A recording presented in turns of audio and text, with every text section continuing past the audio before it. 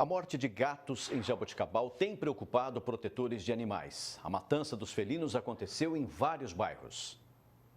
Essas fotos mostram pelo menos 3 gatos mortos, mas no total, nos últimos dias, foram 9. A suspeita é que os animais tenham sido envenenados com produto conhecido como chumbinho. Os bichanos eram comunitários e a Regiane é quem ajudava a cuidar dos animais. O vizinho do lado bateu desesperadamente no portão que o gato estava estribuchando na rua. Aí logo em seguida, mais na outra a calçada, na calçada tinha mais um branco, na outra calçada um preto e branco, já na agonia, todo babado, agonizando, né? E aí eles começaram a vistoriar em cima do telhado. Aí foi onde foi encontrando. A gente encontrou 9 corpinhos. A morte dos bichanos não se restringe ao bairro Coab 1. Há relatos que casos têm acontecido em outras localidades. A OCA, Organização Cultural Ambiental, está preocupada. Existem pessoas cruéis fazendo esse tipo de coisa e para nós que somos protetores de animais, quem mata não é só o ser humano que é o assassino. Quem mata animal também. Qualquer ser vivo que a pessoa mate, ele é um assassino. A pessoa que faz isso na calada da noite à escondida, além de assassino, é um covarde. Essa protetora tem dezenas de gatos em casa. Com as mortes, ela está com medo e os animais não saem para a rua. Eles, para mim, são meus filhos. Então, eu tenho medo das pessoas fazer maldade. E se fizer maldade que eu descobrir, isso não vai ficar barato. A situação também preocupa a diretora do Departamento de Proteção Animal da cidade. A pessoa que faz isso, ela é criminosa. Não só a pessoa que coloca o chumbinho para matar o animal, como a pessoa que também vende, né? O comerciante que vende o chumbinho, para que as pessoas fazem isso. A gente vê como pessoas criminosas. Isso é crime ambiental. A matança dos gatos foi registrada em boletim de ocorrência aqui na Polícia Civil, mas de acordo com os protetores animais, a polícia informou que fica difícil identificar o autor do crime sem provas. Nossa preocupação é em relação às políticas públicas voltadas para a sociedade como um todo, né?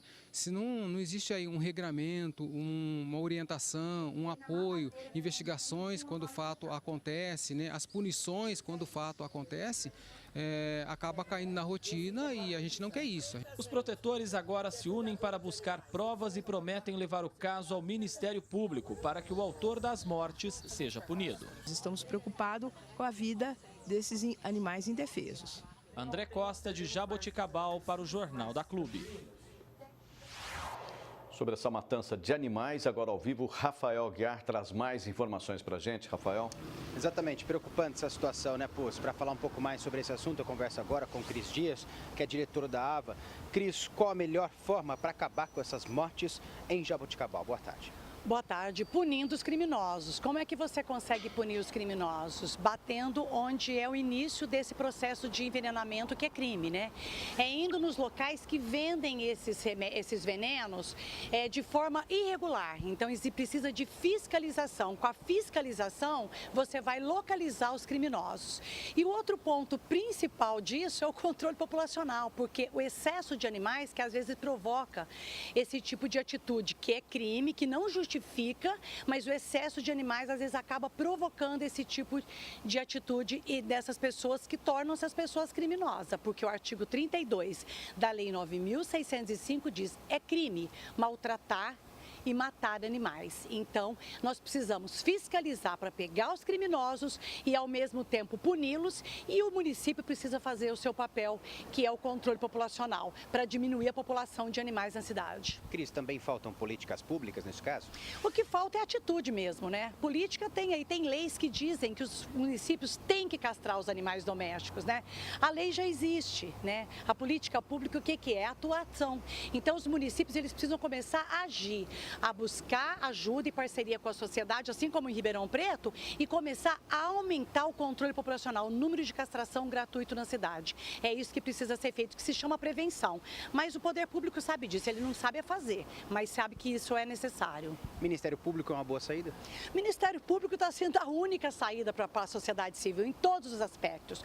O problema é que o Ministério Público não pode determinar, ele recomenda, ele pede, ele solicita, mas ele ele não pode obrigar. Então, aí a gente fica de mãos atadas, mas o Ministério Público é sim uma ferramenta importante para a sociedade civil cobrar os municípios. Cris, muito obrigado pela sua participação aqui no Jornal da Clube. Daqui a pouco eu volto para falar que moradores do Jardim Cristo Redentor, um bairro novo daqui de Ribeirão Preto, reclamam aí, denunciam, na verdade, problemas de infraestrutura nesse local. Essa matéria daqui a pouco. Paulo Pucci. Até já, Rafael.